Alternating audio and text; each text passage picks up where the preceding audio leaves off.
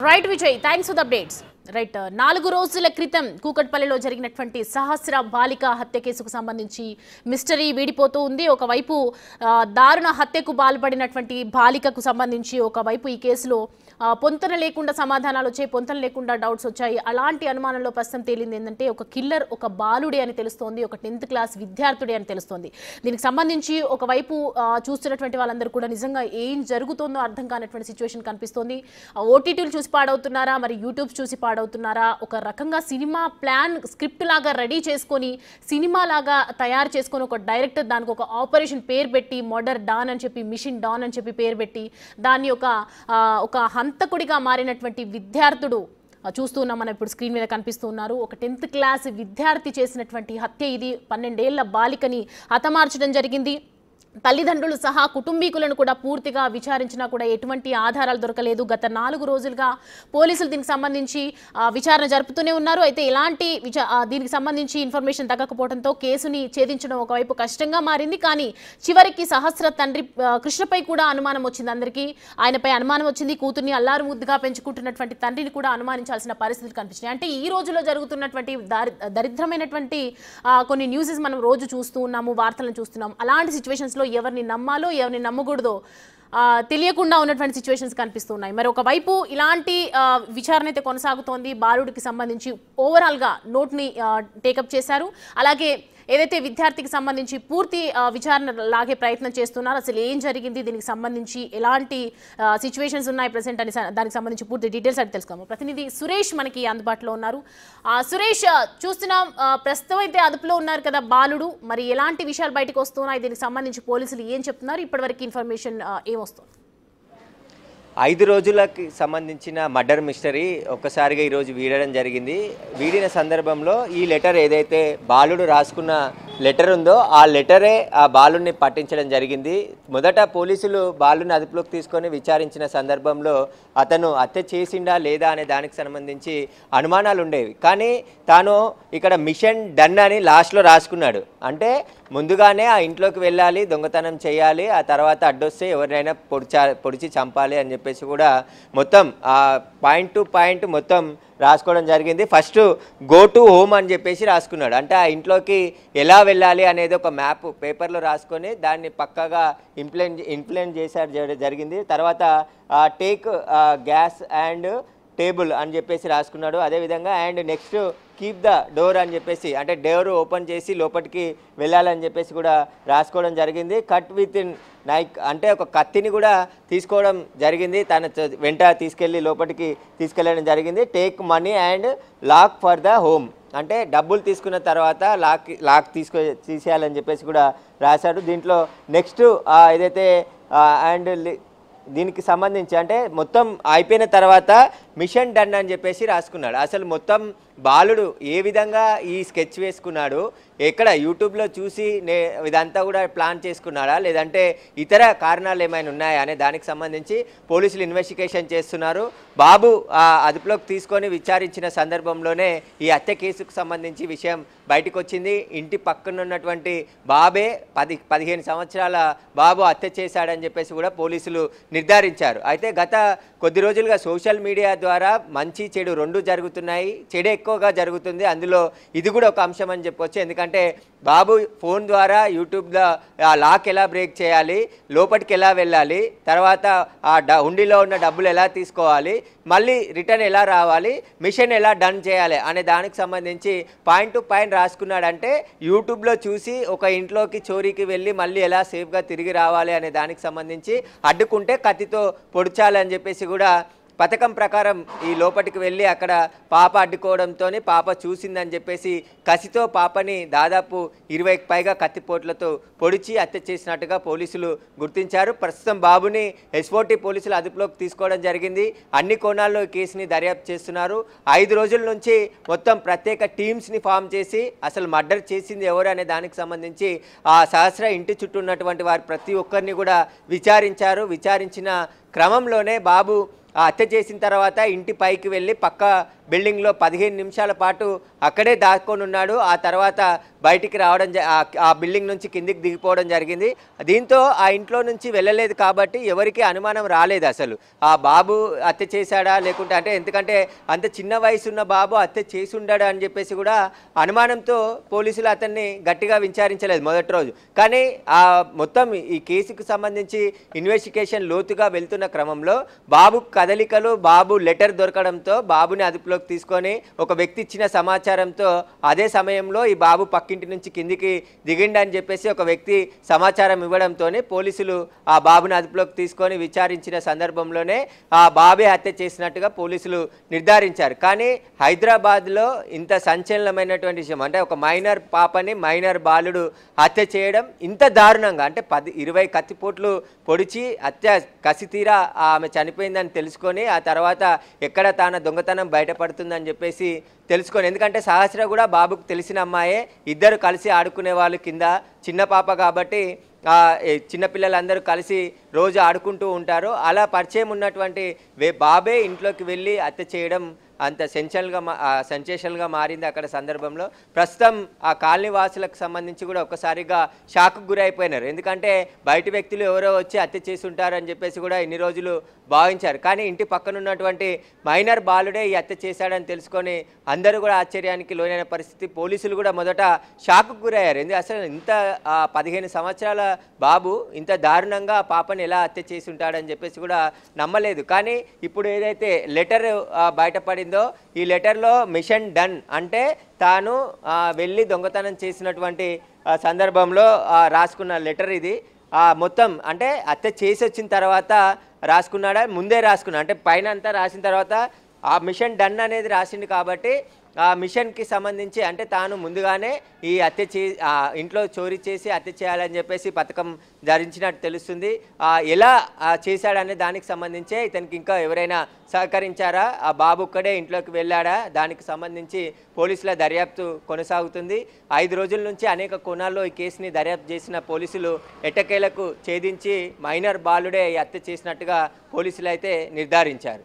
అయితే సురేష్, ఇప్పుడు అంటే మనం చూస్తున్నాము నోట్ చూసినట్టు కానీ అంతా ఓవరాల్గా దీనికి సంబంధించి చూస్తే ఎవరిని మనం పాయింట్అవుట్ చేసి మాట్లాడాలన్న ఉద్దేశం అయితే లేదు. కానీ ఒకవైపు మనం ఆ ఏరియాలో చూడొచ్చు, రకరకాలుగా ఉన్నారు, చాలామంది పీపుల్ ఉన్నారు, ఎక్కువగా పాపులేషన్గా ఉంది, క్లమ్జీగా కనిపిస్తుంది, ఎంతోమంది ఇండ్లు ఉన్నాయి అక్కడ. వై ఓన్లీ సహస్ర హౌస్ అంటే ఏం చెప్తారు? అంటే మొదటి నుండి కూడా అంటే పక్కింటి వాళ్ళే హత్య చేసి ఉంటారని చెప్పేసి కూడా పోలీసులు ఆ కోణంలో దర్యాప్తు చేసిరు. అసలు అంటే పెద్దవాళ్ళు ఎవరైనా చేసి ఉంటారు, లేదంటే ఆ కుటుంబంతో ఏదైనా గొడవలు జరిగి కక్ష పెంచుకొని హత్య చేసి ఉంటారా అనే కోణంలో పోలీసులు దర్యాప్తు చేశారు. కానీ ఇంత మైనర్ బాలుడు హత్య చేశాడని చెప్పేసి పోలీసులు ఆ బాబు పట్టుబడి ఆ తర్వాత లెటర్ దొరికినంత వరకు కూడా నమ్మని పరిస్థితి. ఎందుకంటే పెద్ద వ్యక్తులు అంటే ఒక ప్రొఫెషనల్ కిల్లరే ఈ హత్య చేయగలడు అనే పోలీసులు అనుమానించారు. ఎందుకంటే 21 కత్తిపోట్లు ఆ బాలిక పైన ఉన్నాయి, గొంతు కోయడం, తర్వాత కడుపులో పొడిచడం, మొత్తం ఎక్కడెక్కడ కత్తితో పొడిచి అత్యంత దారుణంగా హత్య చేశారు. కాబట్టి ఎవరైనా దోపిడీకి వచ్చి దొంగతనం చేసి వెళ్ళారా, లేకుంటే ఎవరైనా కక్ష పెంచుకొని వేరే వ్యక్తులు హత్య చేశారా అనే దానికి సంబంధించే దర్యాప్తు కొనసాగింది. కానీ ఆ అమ్మాయి తల్లిదండ్రులు కూడా ఎవరిపైన మాకు అనుమానం లేదు, మేము ఇంటికి తిరిగి వచ్చేసరికి పాప శవమై కనబడింది అని చెప్పేసి కూడా వాళ్ళు చెప్పారు. అయితే పోలీసులు అన్ని కోణాల్లో ఇన్వెస్టిగేషన్ చేసినప్పుడు ఆ బస్తీ వాసులని, ఆ కాలనీలో ఉన్నటువంటి ప్రతి ఒక్కరిని ఇన్వెస్టిగేషన్ చేసి అనుమానితులుగా విచారించారు. విచారించిన క్రమంలోనే ఒక వ్యక్తి ఇచ్చిన క్లూతోని ఒక బాబు ఆ పక్క బిల్డింగ్ నుంచి 15 నిమిషాల తర్వాత రావడం జరిగింది, మేము చూసామని చెప్పేసి అతను చెప్పిన క్లూతోని పోలీసులు బాబుని అదుపులోకి తీసుకొని విచారించిన సందర్భంలోనే హత్య చేసినట్టు నిర్ధారించారు. హత్య చేసిన తర్వాత కూడా బాబు అక్కడే తిరుగుతూ ఉన్నాడా, వాళ్ళ ఇంట్లోనే ఉంటున్నాడు. కానీ తల్లిదండ్రులు మరి గమనించలేదా, బాబు హత్య చేసిన తర్వాత ఆ బాబు కండిషన్ వేరేలాగుంటుంది, కొంచెం ఏదైనా చిన్న ఘటన జరిగితేనే ఆ ఇంట్లో ఆ పెద్దలే భయపడుతున్న పరిస్థితులు ఉంటాయి. కానీ మైనర్ బాలుడు హత్య చేసి 4 రోజుల నుంచి ఇంట్లో ఉంటున్నప్పుడు వాళ్ళ తల్లిదండ్రులకు చెప్పాడా, ఒకవేళ డబ్బులు ఒకవేళ దొంగతనం చేసి ఆ డబ్బులు తీసుకెళ్ళి ఎక్కడ పెట్టాడు, వాటిని ఆ తల్లిదండ్రులకు తెలిసి ఇన్ని రోజులు ఆపే ప్రయత్నం చేశారా, వాటన్నిటిపైన కూడా పోలీసులు ఇన్వెస్టిగేషన్ చేస్తున్నారు. ఒకవేళ బాబు హత్య చేసి తల్లిదండ్రులకు తెలిసినా కూడా ఇప్పుడు నేరం, తల్లిదండ్రులను కూడా ఈ కేసులో అరెస్ట్ చేసే అవకాశం ఉంటుంది. హత్య జరిగిన తర్వాత ఒకవేళ బాబు హత్య చేసిన తల్లిదండ్రులకు తెలిసిన సందర్భంలో తిరిగి ఆ పోలీస్ స్టేషన్లో అప్పచెప్పాలి. కానీ ఇప్పటి వరకు పోలీసులు అదుపులోకి తీసుకునే వరకు వాళ్ళ కుటుంబ సభ్యులు కూడా ఎక్కడా చెప్పలేదు. అంటే బాబు చెప్పలేదా, లేదంటే తెలియనట్టు అక్కడ నటిస్తూ ఉన్నాడా, ఒకవేళ తెలిసినా తల్లిదండ్రులు చెప్పలేదా పోలీసులకు విషయాన్ని అనే దానికి సంబంధించి కూడా ఇన్వెస్టిగేషన్ కొనసాగుతుంది. 4 రోజుల నుంచి అంటే ఏదైనా రోడ్డు పైన చిన్న ఘటన జరిగితేనే ఆ రోజంతా బాధపడుతూ ఉంటారు. కానీ బాబు హత్య చేసి ఆ తర్వాత అక్కడ డబ్బులు తీసుకెళ్ళి ఇంట్లో మళ్ళీ ఏం జరగనట్టే ఎలా ఉన్నాడు అనేది ఇప్పుడు మిస్టరీగా మారింది. అయితే ఇప్పుడు ఈ నోట్ ఎక్కడ దొరికింది సురేష్? ఇప్పుడు ఎవరి ఈ బాలుడు ఏదైతే ప్లాన్ చేసుకున్నటువంటి స్క్రిప్ట్ ఉందో ఎగ్జాక్ట్గా ఆ నోట్ ఎక్కడ లభ్యమైంది? బాబుని అదుపులోకి తీసుకొని బాబుని ఇంట్లో సోదాలు చేసి అసలు ఆ కత్తిని నోటుని అంతా కూడా బాబు ఇంట్లోనే స్వాధీనం చేసుకున్నట్టు తెలుస్తుంది. ప్రస్తుతం ఆ బాబుకు సంబంధించి ఇన్వెస్టిగేషన్ చేసిన తర్వాత తానే హత్య చేశానని చెప్పేసి కూడా బాబు ఒప్పుకున్నాడు పోలీస్ ఇన్వెస్టిగేషన్లో. ఒప్పుకున్న తర్వాతే ఆ లెటర్ని ఆ కత్తిని స్వాధీనం చేసుకోవడం జరిగింది. చేసుకున్న తర్వాత పోలీసులు ఇంకా దీనిపై ప్రెస్ మీట్ పెట్టి పూర్తి వివరాలు వెల్లడించే అవకాశం కనబడుతుంది. అయితే బాబు హత్య చేసిన తర్వాత ఎక్కడెక్కడ వెళ్ళాడనేది ఇప్పుడు పోలీసులు ఇన్వెస్టిగేషన్ చేస్తున్నారు. అంటే డబ్బుల కోసమే హత్య చేసి ఆ డబ్బులు తీసుకెళ్ళి ఎక్కడ పెట్టాడు, ఇంట్లోకి వెళ్ళిన తర్వాత బాబు ప్రవర్తన పైన ఇంట్లో తల్లిదండ్రులకు ఎలాంటి అనుమానం రాలేదా, ఒకవేళ వచ్చి తెలిసినా కూడా చెప్పలేదా బయటికి అనే దానికి సంబంధించి ఇప్పుడు పోలీసులు ఇన్వెస్టిగేషన్ చేస్తున్నారు. పక్కింటి కుర్రాడే ఇంత దారుణానికి పాల్పడ్డాడంటే దానికి సంబంధించి ఇంకా వేరే కారణాలు ఏమైనా ఉన్నాయా, వాటన్ని కోణాల్లో పోలీసులు ప్రస్తుతం దర్యాప్తు కొనసాగుతుంది. దర్యాప్తులో అన్ని విషయాలు కూడా బయటకు వస్తాయని చెప్పేసి పోలీసులు చెప్తున్నారు. అయితే సురేష్, అంటే ఈ కేసుకి సంబంధించి పూర్తిగా ఎక్స్ప్లెనేషన్ ఎప్పుడు వచ్చే అవకాశాలు కనిపిస్తున్నాయి? ఖచ్చితంగా ఈరోజు ఈవినింగ్ అంటే మరికొద్ది సేపట్లో ప్రెస్ మీట్ పెట్టే అవకాశం ఉంది. లేదంటే రేపే ఇప్పుడు ఆల్రెడీ పోలీసుల అదుపులో బాబుండు కాబట్టి రేపు రిమాండ్ చేసిన తర్వాత జువెనైల్ హోమ్కి పంపించే అవకాశం ఉంటుంది మెజిస్ట్రేట్ ముందు హాజరుపరిచిన తర్వాత. ఎందుకంటే మైనర్ బాలుడు కాబట్టి మైనర్ జువెనైల్ హోమ్ ఉంటుంది. మైనర్ హోమ్కి పంపించి బాబుకి సంబంధించి ఇన్వెస్టిగేషన్ కంటిన్యూ చేస్తారు. ఇన్వెస్టిగేషన్లో ఇంకెవరైనా పాత్ర ఉంటే వారిని కూడా పోలీసులు అరెస్ట్ చేసే అవకాశం ఉంది. ఈరోజు లేదా రేపు ఉదయం పోలీసులు ఒక ప్రెస్ మీట్ పెట్టి ఈ హత్యకు సంబంధించిన పూర్తి వివరాలు కూడా బాలనగర్ డీసీపీ సురేష్ వెల్లడించే అవకాశం కనబడుతుంది. మరికొద్ది సేపట్లోనే మీడియాతో కూడా మాట్లాడి లేదంటే ఒక ప్రెస్ నోట్ ద్వారా ఈ హత్యకు సంబంధించిన పూర్తి వివరాలు కూడా వెల్లడించే అవకాశాలు కనబడుతున్నాయి. ఇంకా క్లూస్ కావాలి, ఎందుకంటే కోర్టులో హాజరుపరిచిన సందర్భంలో బాబు హత్య చేశాడనే దానికి సంబంధించిన టెక్నికల్ ఎవిడెన్స్తో పాటు ఆధారాలన్నిటిని కూడా కోర్టుకు సబ్మిట్ చేయాల్సి ఉంటుంది. కాబట్టి ఖచ్చితంగా వాటన్నిటి కోసం పోలీసులు ఇన్వెస్టిగేషన్ చేస్తున్నారు. ఈ లెటరే ఈ కేసులో కీలకమైనటువంటి అదిగా పోలీసులు అనుమానిస్తున్నారు. ఎందుకంటే లోపలికి వెళ్ళడం, కత్తి తీసుకెళ్లడం, డోర్ బ్రేక్ చేయడం, తర్వాత అక్కడ ఉన్న డబ్బులు తీసుకోవడం, మళ్ళీ డోర్ లాక్ చేయడం, డోరు లోపల చోరీ చేసే సమయంలో డోర్ పెట్టుకోవడం, ఇవన్నీ కూడా ఒక దొంగలు ఏ విధంగా అయితే ప్లాన్ చేసుకుంటారో ఆ బాబు కూడా ప్లాన్ చేసుకొని ఈ హత్య చేసినట్టుగా పోలీసులు గుర్తించడం జరిగింది. కాబట్టి ఇప్పుడు ఇన్వెస్టిగేషన్ కొనసాగుతుంది. సైబరాబాద్ ఎస్ఓటీ పోలీసుల అదుపులో బాబు ఉన్నాడు. బాబుకి సంబంధించిన తల్లిదండ్రులను కూడా విచారిస్తున్నారు. అసలు ఈ హత్యకు ఇంకా ఇతర కారణాలు ఏమైనా ఉన్నాయా అనే కోణంలో కూడా దర్యాప్తు చేస్తున్నారు. ఇక్కడ మిషన్ డన్ అని ఎందుకు రాసుకున్నాడు అనేది కూడా పోలీసులు ఇన్వెస్టిగేషన్ చేస్తున్నారు. మైనర్ బాలుడు ఇలా క్రూరంగా మారడానికి కారణాలు ఏంటి, ఇంత క్రూరల్గా మర్డర్ చేయడానికి గల కారణాలు ఏంటి, వాటన్నిటికీ సంబంధించి కూడా పూర్తిగా ఇన్వెస్టిగేషన్ కొనసాగుతుంది. ఇప్పుడు ఈ లెటర్ ద్వారా బాబే ఈ హత్య చేసినట్టుగా పోలీసులు అనుమానించి అదుపులోకి తీసుకోవడం అదే నిజమైంది. ఇప్పుడు ప్రస్తుతం బాబుకి సంబంధించి బ్యాక్గ్రౌండ్ పైన కూడా ఇన్వెస్టిగేషన్ చేస్తున్నారు. స్కూల్కి కూడా బాబు చదువుకునే స్కూల్కి కూడా ఉదయం నుంచి ఆ స్కూల్కి వెళ్ళి వాళ్ళ స్నేహితులను వాళ్ళ స్కూల్లో ఉండే టీచర్స్ ప్రిన్సిపల్ని వాళ్ళందరినీ కూడా బాబు ఎలా ఉండేవాడు, ఈ బాబుకి ఇంకా ఎవరెవరు స్నేహితులు ఉన్నారు, ఏమైనా గతంలో గొడవలు జరిగాయా, వాటన్నిటికి సంబంధించిన ఆధారాలన్నిటిని కూడా స్కూల్ దగ్గర నుంచి సేకరించడం జరిగింది. బాబు తల్లిదండ్రులను కూడా విచారించారు. పాప తల్లిదండ్రులను కూడా పోలీసులు విచారించి ఎవరైతే బాధితులు ఉన్నారో వారిని కూడా అనుమానాలు ఏమన్నా ఉంటే బాబు హత్య చేశాడని చెప్పేసి ఈరోజు ఉదయం నుంచి కూడా అదే కుకట్పల్లి పోలీస్ స్టేషన్లో ఉంచి విచారించి వారికి సంబంధించి డౌట్స్ ఏమన్నా ఉంటే తెలుసుకోవడం జరిగింది. ప్రస్తుతం అయితే ఈ కేసుకి సంబంధించి మైనర్ బాలుడు అత్యంత దారుణంగా హత్య చేయడం పైన అక్కడ ఉన్నటువంటి కాలనీ వాసులు కూడా షాక్కు గురి అయిపోయిన పరిస్థితి నెలకొంది. ప్రస్తుతం అయితే ఇన్వెస్టిగేషన్ కొనసాగిస్తున్నారు. సురేష్, అంటే ఒక ఒకవైపు మనం చూసుకుంటే 15 ఏళ్ల కుర్రాడు, ఒక బాలుడు, ఒక 10th క్లాస్ అవుతున్నటువంటి బాలుడికి 15 ఏళ్ల కుర్రాడు అంటే చిన్న చిన్న తప్పులు చేస్తే కూడా ఏదో ఒక విషయంలో తల్లిదండ్రులు గమనించడం కానీ వెంటనే వాళ్ళు చేస్తున్నటువంటి బిహేవియర్ తొందరగా అర్థమైపోతుంది. అలాంటిది ఒక చోరీ చేసి దాని తర్వాత బాలికని అంత కిరాతకంగా చంపి ఇంత జరుగుతున్నా కూడా తల్లిదండ్రులకు ఏమాత్రం, ఒకవైపు న్యూస్ ఛానల్స్లో రోజు వస్తూ ఉన్నాయి, ఒకవైపు కేసు నమోదవుతుంది, పోలీసులు వస్తూ ఉన్నారు. ఇంత జరుగుతున్నప్పుడు కూడా బాలుడి యొక్క కదలికలు రాకపోవటం, బాలుడు ఇంకా ఇంటి పరిసరాల్లోనే తిరగడం, మనలో కలిసిపోయినట్టుగా మాట్లాడడం, ఇదంతా చూసిన తర్వాత ఒక్క క్షణం కూడా తల్లిదండ్రులకు అనుమానం రాలేదా, లేకపోతే వాళ్ళ గైడెన్స్ ఏమైనా ఉండొచ్చా?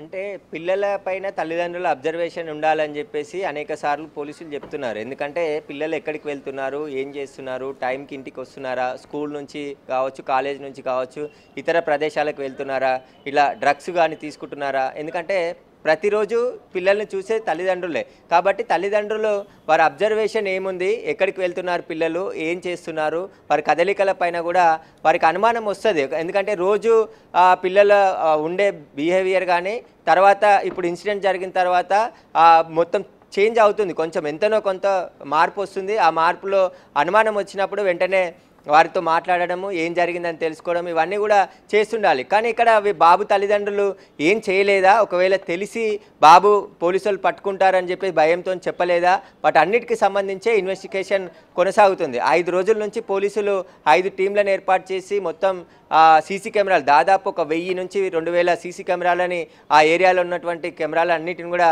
పరిశీలించడం జరిగింది. క్షుణ్ణంగా మినిట్ టు మినిట్ ఫుటేజ్ని అంతా కూడా పరిశీలించినా ఎక్కడ ఏ ఆధారాలు దొరకలేదు. ఎందుకంటే బాబు పక్క ఇంటి నుంచి ఆ పై నుంచి పక్కకు దుంకుంటాడు, అందుకే ఆ ఇంటి నుంచి బయటకు వచ్చాడు కాబట్టి అక్కడి నుంచి ఎవరు రాలేదు అని చెప్పేసి కూడా అనుమానం రాలేదు. ఎందుకంటే ఒక కొత్త వెహికల్ కానీ కొత్త వ్యక్తుల మూమెంట్ కానీ అవన్నీ ఎక్కడ పోలీసులకు కనబడలేదు. అసలు క్లూస్ లేవు, కేసు ఛేదిస్తారా లేదా అనే దానికి సంబంధించి విమర్శలు ఎదురవుతున్న తరుణంలో పోలీసులు ఒక్కొక్కరిగా అంటే చుట్టుపక్కల ఉన్నటువంటి వ్యక్తులందరినీ కూడా విచారిస్తున్న క్రమంలోనే ఒక వ్యక్తి ఈ ఇంట్లో నుంచి బాబు వచ్చాడని చెప్పి సమాచారం ఇవ్వడంతో ఆ క్లూ ద్వారా బాబుని అదుపులోకి తీసుకొని విచారించడంతోనే ఈ హత్యకు సంబంధించిన విషయం అంటే నిందితుడు బయట పడబడి జరిగింది. పోలీసులు కూడా ఆ అదుపులోకి తీసుకొని విచారిస్తున్నారు. కానీ మానసిక వైద్యులు కూడా చెప్తున్నారు ఖచ్చితంగా అంటే కొన్ని ఘటనల్లో ఇంత క్రూరంగా ఎలా తయారవుతారు, ఏదైనా ఇన్సిడెంట్ జరిగి ఉండాలి, లేదంటే వారు దేనికైనా బానిసై ఉండాలి, మత్తుకు అలవాటైన ఉన్నవారైనా ఇలా చేస్తారని చెప్పేసి కూడా చెప్తుంటారు.